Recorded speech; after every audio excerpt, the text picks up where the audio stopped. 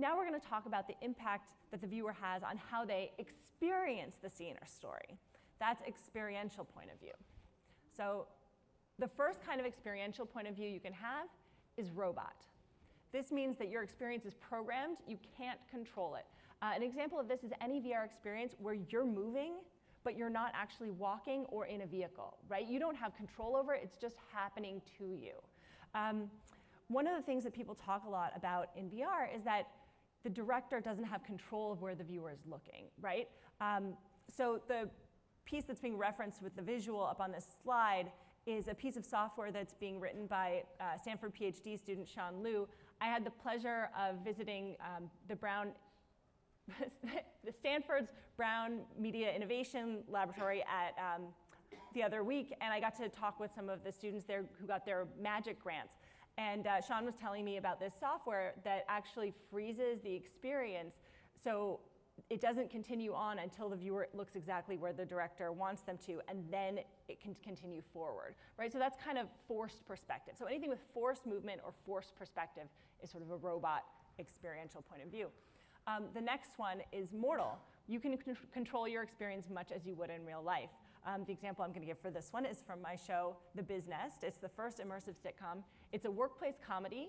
It takes place in a co-working space where you're one of the members, right? So that your fellow coworkers can come up to you and give you a side glance, whisper in your ear, remind you of an assignment you have to do. You're human in this space, effectively. What I like to say is the mortal experiential point of view is when you have 0 to 6 degrees of freedom. You don't have to use them all, but you have them available to you. Any less is robot, any more is deity, right? So this means that you can travel, you can view the world as various people or things, you can travel through time, you can teleport. So I'm putting up 3 examples because deity incorporates a few different kinds of experiencing the world.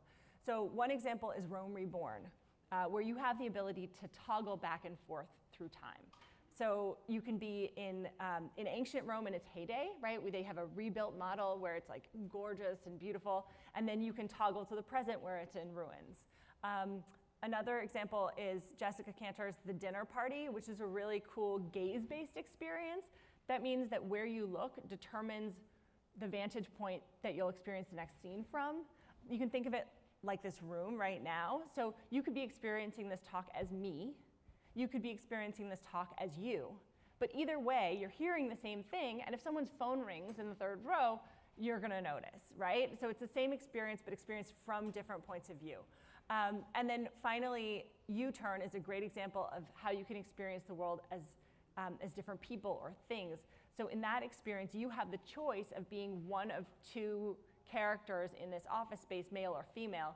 Depending on which way you turn your head, you see a different character's perspective, right? So you're not changing the story, but you're changing how you experience the story. And I think it's important to be able to delineate all those different choices that we have when we're creating content.